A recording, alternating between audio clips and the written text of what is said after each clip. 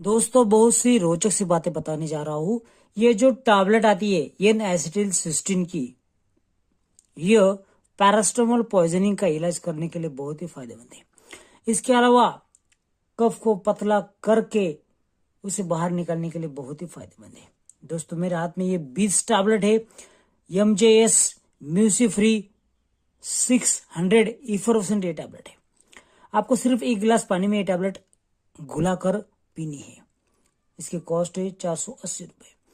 Result में बेमिसाल ऐसा प्रोडक्ट डॉक्टर की सलाह से आप इस्तेमाल कीजिएगा, बहुत फायदा आपको मिलेगा। कफ को पतला करके ये बाहर निकलने के लिए बहुत ही फायदेमंद है।